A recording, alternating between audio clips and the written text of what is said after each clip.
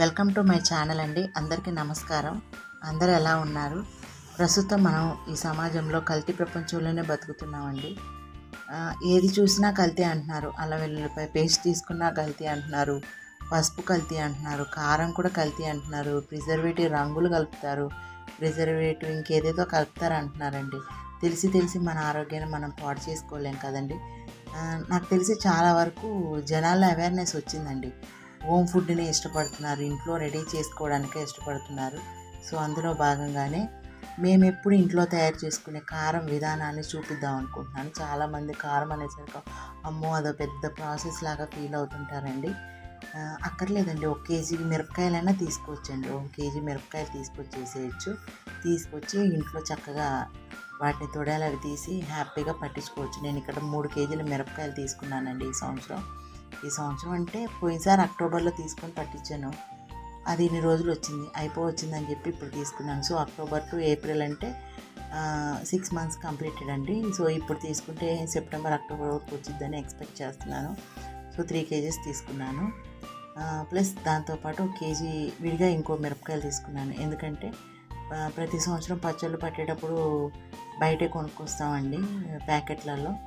ఈ పచ్చళ్ళ కారం అని అమ్ముతారు కదా. సో దాన్ని కూడా మనం ఇంట్లోనే పట్టించి పెట్టుకుంటే బాగుంటుందేమో అన్న ఉద్దేశంతో ఈ సంవత్సరం 1 కేజీ మిరపకాయలు ఎక్స్ట్రా తీసుకొచ్చామండి. వాటిని కూడా తీసుకొని పట్టుకున్నాం. ఎందుకంటే ఎంతో కొంత దాంట్లో కూడా కల్తీ ఉంటుంది కదా. సంవత్సరం అంతా నిలువ ఉండే పచ్చళ్ళు ఎందుకు పాడు చేసుకోవడం.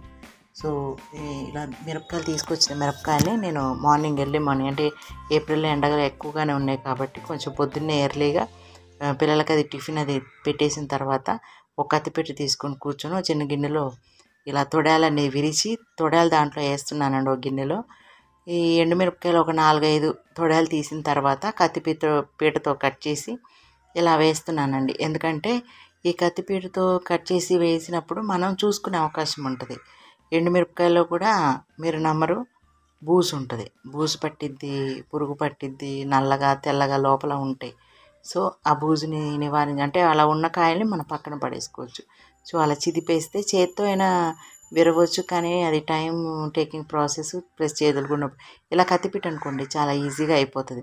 అలా తీసిన వాటిని పైన దాబా మీద ఎండబెట్టేసామండి.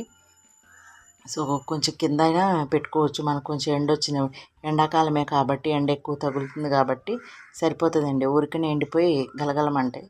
2 డేస్ ఎండలో పెడితే మిల్లుకు పంపించండి.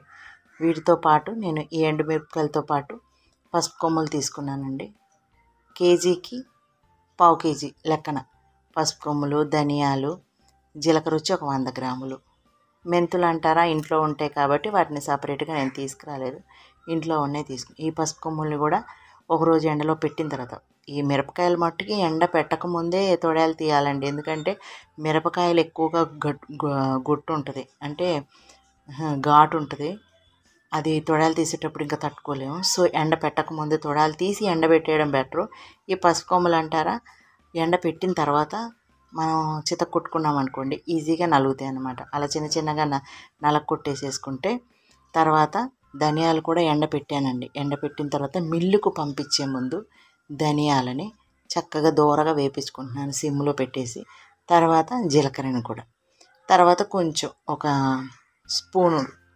టీ స్పూనుడు మెంతులను కూడా అలాగే దోరగా డ్రై రోస్ట్, ఇలాంటి ఏమి వేయకుండా నూనె ఇలా వేయకుండా డ్రై రోస్ట్ చేసేసి మిల్లుకు పంపించేసేసానండి. చూడండి 3 కేజీలు పంపించాను. 3 కేజీలు మిరపకాయలు, దాంట్లోనే దినుసులన్నీ కలిపాను కాబట్టి ఒక 3.5 కేజీల వరకు, అంటే ఈ వేస్టేజ్ పోయినా తొడాలు అవి వేస్టేజ్ పోయినా 3.5 కేజీల వరకు వచ్చిందండి. పచ్చళ్ళలోకి వాడే కారాన్ని విడిగా చేసుకుంటున్నాం అని చెప్పాను కదండి. సో అది కేజీకి 100 గ్రాములు తగ్గొచ్చండి. ఎందుకంటే మనం తొడాలు అవి తీసాం కాబట్టి. మీరు అడగొచ్చు కొంతమందికి తెలియక ఆ కారం ఈ కారం వేరా అని. ఈ కూరల్లో వాడేదానికి ఏమోనండి ధనియాల పొడి, ఇదే ధనియాలు, జీలకర్ర, పసుపు కొమ్ములు కలుపుతారండి. దాన్ని సాంబార్ కారం అంటారు, లేదా మసాలా కారం అంటారు కొన్ని ఏరియాల్లో. ఈ పచ్చళ్ళు వాడే కారము అచ్చంగా మిరపకాయలతోనే పడతారు, ఇంకా దాంట్లో ఏమీ కలపరు. సో దాన్ని విడిగా పట్టించామన్నమాట. వీటిని విడిగా పట్టించాము. చూడాలి ఈసారి ఎన్ని నెలలు వస్తుందో. ఒకసారి ట్రై చేయండి. ఇప్పటివరకు ఎవరు ట్రై చేయని వాళ్ళు కూడా ఒకసారి ఈజీ వేయండి, పర్లేదు, బాగుంటుంది. 1 కేజీకి తెచ్చుకొని ఫస్ట్ ట్రై చేయండి. సో మీకే తెలుస్తుంది. దాన్ని బట్టి మీరు ఒక 2-3 కేజెస్ ఒకసారి తెచ్చుకొని ఒక్క 1 డే 2 డేస్ కష్టపడితేనండి స్వచ్ఛమైన కల్తీ లేని కారాన్ని మన చేతులతో మనమే తయారు చేసుకోవచ్చండి. మీ మిల్లుకు పంపిస్తే ఒక 45 రూపీస్ ఎంతో తీసుకుంటారు కేజీ మిల్లు ఆడడానికి. ఒకసారి ట్రై చేసిన వాళ్ళు ఎలా ఉందో ఒకసారి చెప్పగలరు. Thank you for watching.